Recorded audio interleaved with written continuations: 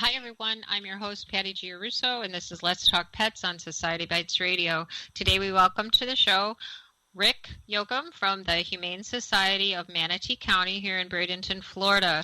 And Rick's going to talk with us today about the coronavirus and how it's affecting animal shelters and people that own pets in our community, because the number of confirmed cases just continues to rise, and sadly Florida is probably now the second highest in the world. I just heard that today, which is great. And it's really important that shelters and rescues are prepared for this and have their staff ready and what their plans are to help the community. So Rick's going to talk with us about that. Like the question I want to know is how can we best prepare to help those in our community and their pets during this time of uncertainty? And what can we do to help shelter pets and the shelters as a community? What can we do back for them? So welcome to the show, Rick. Thank you very much, Patty, and thanks for the opportunity to be here. I'm going to start out by saying that in Manatee and Sarasota County, we again are blessed with a tremendous collaborative effort with the majority, if not all, of the animal welfare organizations in our community, just communicating at a high level, everybody working together.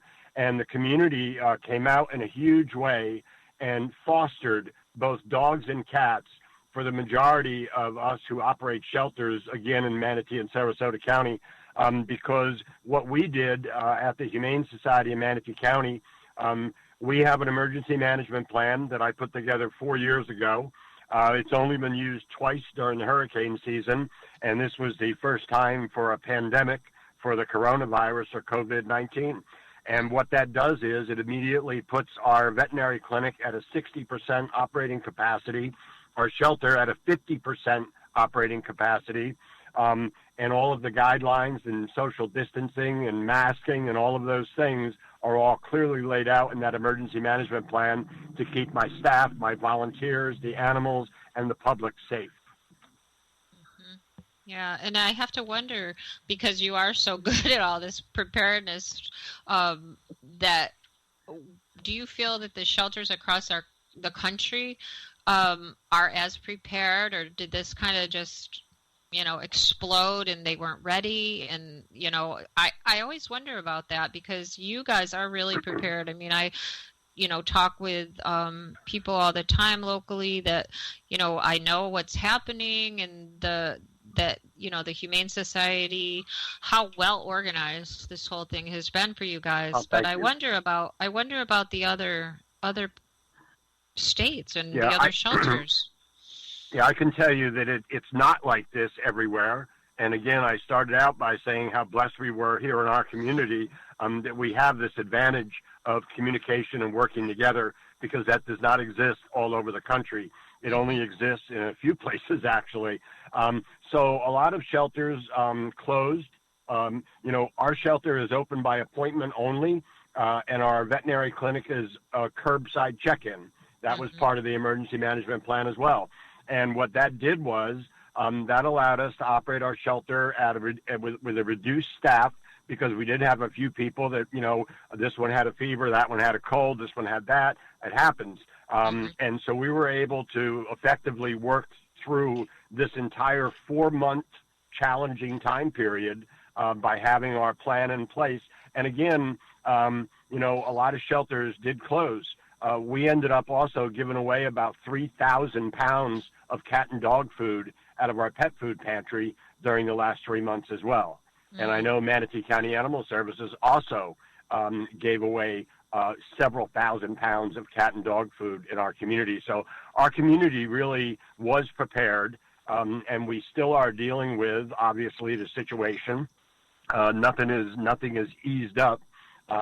And the animals that went into foster, we had about a 50% failure rate. So those animals were adopted. So that actually worked out amazingly well. And the learnings that we got from this is that we need to build a bigger, stronger foster system, and we'll be able to adopt out even more dogs and cats. So, and we're also planning for the future now. We turned our community room. We had construction done in there. We turned it into a permanent vaccine clinic. We added 2 wellness exam rooms. I'm in the process of working with No Margin, No Mission and the Patterson Foundation on our next 3-year business plan. That started today. And there's a lot of projects going on, including the property next to us, excuse me, that we purchased.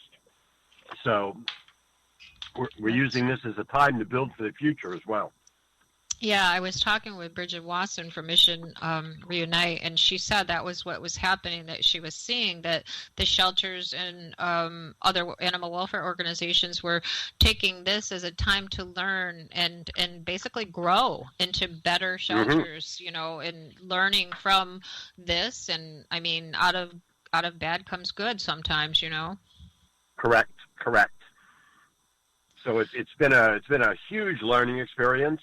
And thankfully, everything has worked out remarkably well. You know, the guidelines changed almost every other day. So it really did work out well. I was able to maintain my entire staff. As a matter of fact, we actually have increased our staffing levels over the last month from where we were. So that's actually worked out amazingly well also. It is a time when you have a reduced number of animals in the system. To you know, plan for the future, take care of what you need to take care of, get those projects done, and be ready for when the world reopens.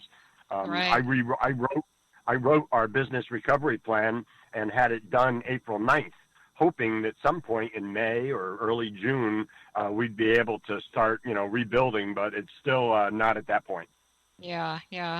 As you're talking about the things that you're doing, I'm thinking that, you know, when you said, and what made me think of it was when you said you're actually increasing your staff, and to do that during this time when you know, nobody's really operating the same as they were before.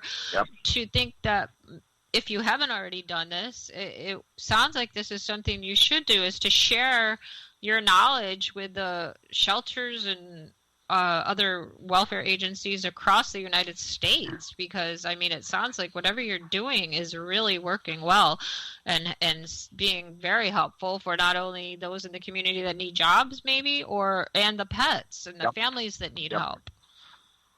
And we use the Chamber of Commerce, Manatee County Chamber of Commerce put together a job site, and we use that job site to fill a couple of positions. And we also, during this time, we started an internship program for veterinary technician assistants that was approved by the Florida Veterinary Medical Association early in May, and we filled those 2 positions. So we have now 2 paid internships we're working on at the same time. Tomorrow morning, I'll be part of a roundtable discussion that SRQ magazine is doing with 5 nonprofit leaders from Manatee and Sarasota County to talk about what you just said, you know, how we're doing what we're doing. Yeah, because I think it is, you know, right now we've been talking about helping each other, you know, during this time of crisis, and it sounds like what you're doing, it would benefit so many other places. You know, of course, as Bridget mentioned a couple weeks ago, change is hard for people when she said that the sheltering system is based on 150-year-old knowledge, or lack of knowledge is a better word for it. You know, and that people need to change, and it really sounds like whatever you're doing is really working. So that I'm really glad to hear that. So what are some of the things that, you know, besides the food pantry, have you seen, you know, other needs? Like, are people trying more? We learned, or we're told that more people would be surrendering their pets during this time. I haven't really seen it, but I don't work in the shelter, so I don't know. Have you seen that happen? Right. No, there really has not. There really has not been a large number of people who were in a position where they needed to surrender their pet. And the reason I can confidently say that is that we were, at one point, we were the only shelter that was accepting owner surrenders. So, and we did not have a gate rush. We did not have an issue, did not have a problem. And one of the reasons, Patty, behind that, again, is our amazing community and our animal welfare organizations that have these safety nets for people where they can get veterinary care, where they can get food from the pet food pantry to keep these animals in their homes. So, that's something, that's a behind-the-scenes thing that happens in our community a lot, and it really worked out well for this during this time period. Yeah. So what are some things that, on the other side of the coin, that the community could do, not just here, but other shelters that may be suffering, that aren't doing as well? What can the community do to help them? Well, what I'm hoping to see as we move forward and as we return to a little bit more normalcy, I'm hoping that the number of people who are willing to volunteer at animal welfare organizations who've thought about it in the past decide to do it. Because, there are a lot of volunteers needed in all of these different organizations, and now more than ever, because this has been a financial strain on these shelters too. Yeah. Yeah. And become a foster. Yeah, the fostering thing, I was so happy. And I just saw Nate's Honor Rescue had an article written on them yesterday, I believe, that, how successful the foster program has been for them. And, their kennels are pretty empty.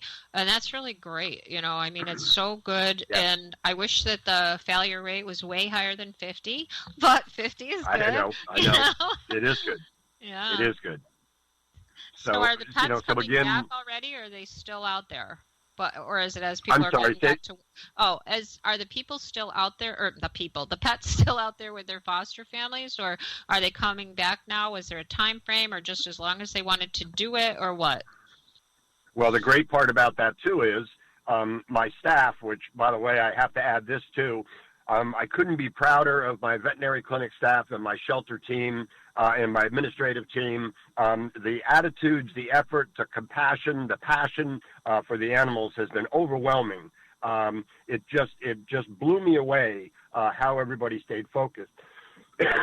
So what's happened is a lot of these animals that are in foster, where people don't want to be a foster failure, they've been able to bring that animal back to the shelter so that when adopters make an appointment to come in and meet that animal, the animal's there.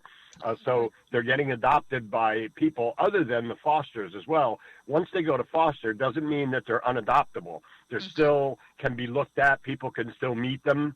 And that's the key to that program. If you just put all your animals in foster and leave them there, it doesn't solve the problem.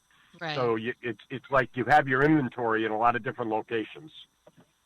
Right. I wondered about that. So that's good that you explained that, because I wasn't sure if that took them off the market, basically, or, if they Definitely could still not. be adopted. That's good. Yeah, I didn't know that. Absolutely. I wasn't sure how it worked, and I think finding fosters is difficult. So I'm glad that, everybody around our area has been so successful. We have a great community. We really do. It's amazing. Yes, we do. I'll tell you a great story, too. The story didn't start out great, but it ended great. So there was a local family that had a litter of German Shepherd puppies that were 8 weeks old, 9 weeks old, and they got parvo. They called everywhere to try to get help and couldn't find help. They came to us, and we brought those animals in to our facility. Sadly, one of the animals was too ill and passed away, but the other 4 all recovered. And those are now all adopted, and one of those German Shepherd puppies was adopted by Manatee Search and Rescue, and will be working in our community to help people. So I love telling that story. I get goosebumps when I tell that story because it's just so cool. Yeah, it really is cool. They're beautiful dogs, beautiful dogs. Yeah, well, that's good that you were able to help them, because it is hard in these times, where do you go? Where do you turn? Yes. I know there's an organization that I am very fond of. I have them on our webpage, the Lead SRQ group. They just helped somebody